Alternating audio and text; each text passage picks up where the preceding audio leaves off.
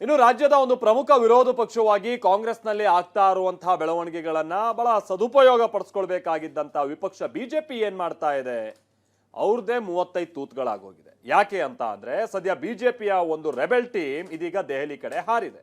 So ಇಲ್ಲಿ ರಾಜ್ಯಾಧ್ಯಕ್ಷರನ್ನ ಬದಲು ಮಾಡಬೇಕು ಅನ್ನುವಂತ ನಿಟ್ಟಿನಲ್ಲಿ ಹೈಕಮಾಂಡ್ ಮೇಲೆ ಒತ್ತಡ ಹಾಕುವಂತ ಪ್ರಯತ್ನ ಬಿಜೆಪಿಯ ರೆಬೆಲ್ ಟೀಮ್ ಮತ್ತೆ ಶುರು ಮಾಡಿದೆ ಅನ್ನುವಂಥದ್ದು ಗೊತ್ತಾಗ್ತಾ ಇದೆ.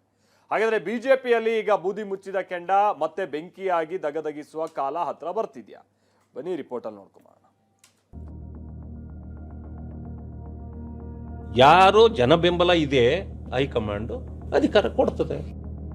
ಡೆಲ್ಲಿ ಅನ್ನೋದು ಒಂದು ವರಿಷ್ಠರ ಅಗ್ರಮಾನ್ಯ ಸ್ಥಾನ ಇದೆ. ಯಾರಿಗೆ ಹೇಳ್ತೀರಿ? ನರಿ ಕೂಗು ಗಿರಿಗೆ ಮುಟ್ಟಲ್ಲ. ಗಿರಿ ಹತ್ತಬೇಕಂತ ಶಕ್ತಿ ಇದೆ ಅನ್ನೋದಾದ್ರೆ ಯಾವ್ಯಾವ ನರಿಗಳಿದಾವೋ ಅವೆಲ್ಲವೂ ಹಿಂದೆ ಬರಲೇಬೇಕಲ್ಲ. ಬಿಜೆಪಿಯಲ್ಲಿ ಮತ್ತೆ ಆಕ್ಟಿವ್ ಆದ ರೆಬೆಲ್ಸ್ ಬಣ. ರಮೇಶ್ ಜಾರಕಿಹೊಳಿ ನೇತೃತ್ವದಲ್ಲಿ ದೆಹಲಿ ಪ್ರಯಾಣ.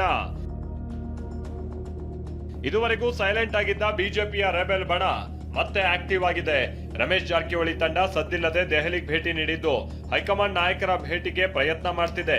ಸದ್ಯ ಸಂಸತ್ ಚಳಿಗಾಲದ ಅಧಿವೇಶನ ನಡೀತಾ ಇದ್ದು ಹೈಕಮಾಂಡ್ ನಾಯಕರು ಸಿಗುವ ವಿಶ್ವಾಸದಲ್ಲಿ ರಮೇಶ್ ಜಾರಕಿಹೊಳಿ ಬಣ ದೆಹಲಿಯಲ್ಲಿ ಬೀಡು ಬಿಟ್ಟಿದೆ.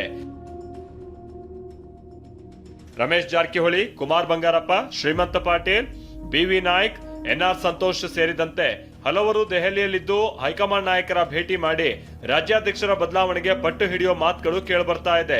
ಬಿಪಿ ಹರೀಶ್, ಮಾಜಿ ಸಂಸದ ಸಿದ್ದೇಶ್ವರ ಕೂಡ ಜೊತೆಯಲ್ಲಿದ್ದಾರೆ. ಮತ್ತೊಂದ್ ಕಡೆ ಅರವಿಂದ್ ಬೆಲ್ಲದ್ ಕೂಡ ದೆಹಲಿಯಲ್ಲಿದ್ದು ಅವರು ಕೂಡ ಹೈಕಮಾಂಡ್ ಭೇಟಿಗೆ ಸರ್ವ ಪ್ರಯತ್ನ ಮಾಡ್ತಿದ್ದಾರೆ. ರಾಜ್ಯಾಧ್ಯಕ್ಷ ಬದಲಾವಣೆಗಳನ್ನು ಮಾಡ್ತಕ್ಕಂಥದ್ದು ವರಿಷ್ಠರ ಕೆಲಸ. ಅವರು ತಗೊಳ್ತಕ್ಕಂಥ ತೀರ್ಮಾನವನ್ನು ನಾವೆಲ್ಲರೂ ಕೂಡ ಅನುಸರಿಸಬೇಕಾದ ಮುಂದೆ ಹೋಗ್ಬೇಕು. ರೆಬೆಲ್ ಟೀಮ್ ಬಗ್ಗೆ ಪ್ರತಿಕ್ರಿಯೆ ನೀಡಿರುವ ಛಲವಾದಿ ನಾರಾಯಣ ಸ್ವಾಮಿ, ನರಿ ಕೂಗು ಗಿರಿಗೆ ಮುಟ್ಟಲ್ಲ, ಅವರು ಏನೋ ಕೆಲ್ಸಕ್ಕೆ ಹೋಗಿರ್ಬೇಕು, ಹೋಗ್ಲಿ, ನಾವು ಬೇಡ ಅಂತ ಹೇಳೋಕ್ ಆಗುತ್ತಾ ಅಂದ್ರು. ಇದಕ್ಕೆ ತಿರುಗೇಟು ಕೊಟ್ಟ ಕುಮಾರ್ ಬಂಗಾರಪ್ಪ, ನರಿಗೆ ಹತ್ತುವ ಶಕ್ತಿ ಇದೆ ಅಂದ್ರೆ ಯಾವ್ಯಾವ ನರಿಗಳಿದ್ದಾವೆ ಅವರೆಲ್ಲ ಬರ್ಬೇಕಲ್ವಾ? ಗಿರಿ ಹತ್ತಲು ನಮಗೆ ಶಕ್ತಿ ಇರ್ಬೇಕಾದ್ರೆ ಮೇಲೆ ವರಿಷ್ಠರು ಕುಳಿತಿದ್ದಾರೆ, ಹೋಗಿ ಬರ್ತೀವಿ ಅಂತ ಟಾಂಗ್ ಕೊಟ್ಟಿದ್ದಾರೆ. ಯಾರೋ ಜನ ಬೆಂಬಲ ಇದೆ ಅಂತವರನ್ನ ಗುರುತಿಸಿ ಹೈಕಮಾಂಡ್ ಅಧಿಕಾರ ಕೊಡ್ತದೆ. ಇಲ್ಲಂತಂದ್ರೆ ಹೋಗಿ ಇಳಿಸಿ ಅಂದ್ರೆ ಅರೆ ಯಾರಿಗೆ ಹೇಳ್ತೀರಿ?